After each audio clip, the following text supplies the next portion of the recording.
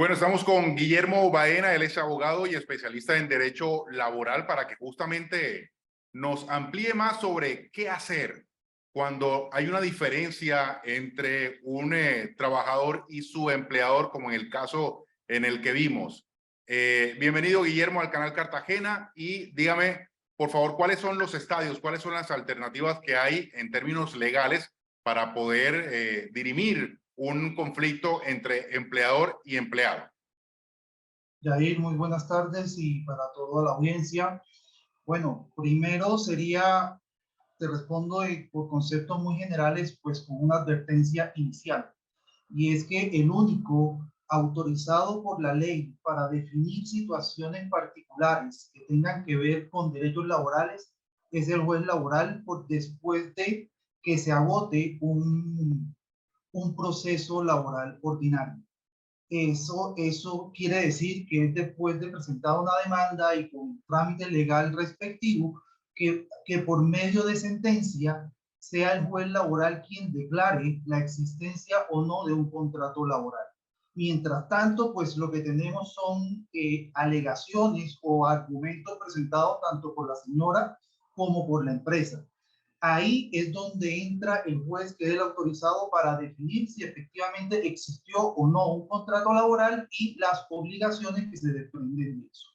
Adicional, se encuentran pues las funciones ejercidas por el Ministerio del Trabajo como autoridad de policía del trabajo, autoridad administrativa, en donde tiene la capacidad o la facultad de velar por el cumplimiento de normas laborales y la vigilancia a los empleadores. Esto está dado por el artículo 487 del Código Sustantivo del Trabajo, en donde le da la facultad al ministerio por intermedio de los inspectores del trabajo para realizar visitas y adelantar procesos administrativos que vigilen o que determinen el cumplimiento de normas de las obligaciones laborales del empleador.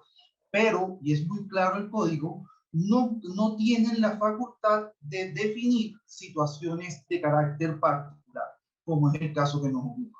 Además, y por pues, lo que he visto en las noticias al respecto, tengo entendido que la señora presentó acciones de tutela. La acción de tutela es un mecanismo pues transitorio y excepcional que, teniendo en cuenta las calidades específicas o la situación específica del tutelante, pueden llegar a ejercer una protección temporal a la persona, pues ya que lo demuestre o la parte que argumente dentro del trámite de la acción de tutela. Sin embargo, y vuelvo al comienzo, la única autoridad para definir la existencia o no de un derecho laboral es el juez ordinario del trabajo. Bueno, lo último que se supo, abogado, es que efectivamente la empresa John Sonnen había ya depositado un valor económico por concepto de la liquidación que esa mujer reclamaba en una cuenta bancaria que supone uno que fue la que decidió algún juez, ¿no? Para terminar el proceso y que ella nunca supo.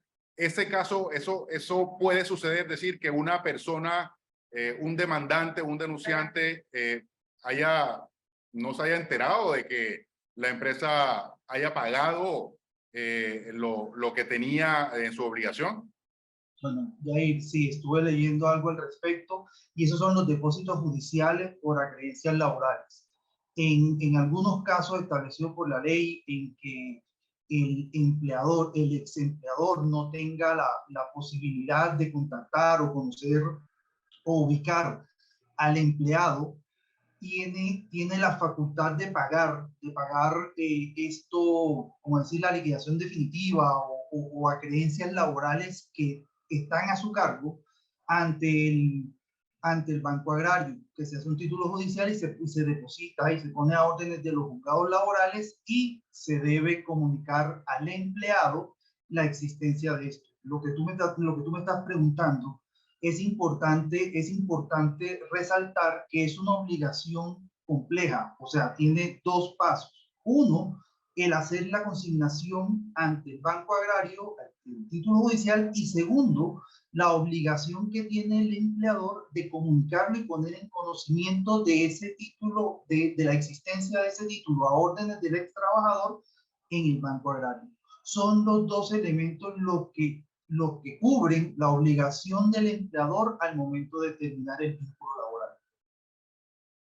Bien, y por último y rápidamente, abogado, el Ministerio del Trabajo selló el lugar o el almacén que ayer fue sujeto de toda esa escena, porque presuntamente hay un empleado el que no tiene al día el pago de seguridad social por parte del empleador, cosa que también, digamos, de alguna forma alega la protagonista de este infortunado hecho que se presentó en Cartagena el lunes, donde dice que tampoco le pagaban su seguridad social. Entonces, para que el empleador y el empleado tengan claro sobre este particular, sobre el pago de la seguridad social de los empleados, esta obligación y este derecho de cada una de las partes.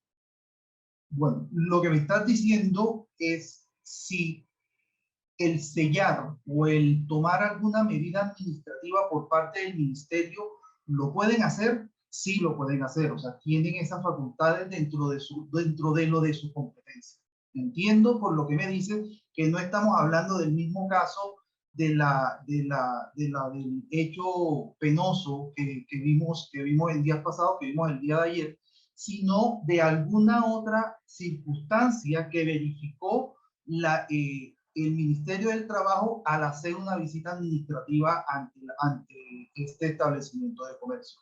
Eso ya es otro trámite, eso ya es otra situación que obviamente tanto tiene la obligación la autoridad de soportar esta decisión como el establecimiento o la empresa tendrá todas las herramientas administrativas, vía gubernativa o las demandas o las acciones correspondientes para debatir esa decisión tomada por parte del ministerio.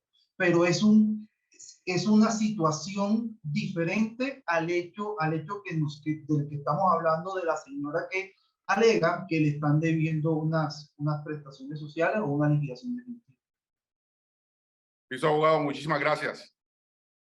Yair, muchísimas gracias a ti y una buena tarde.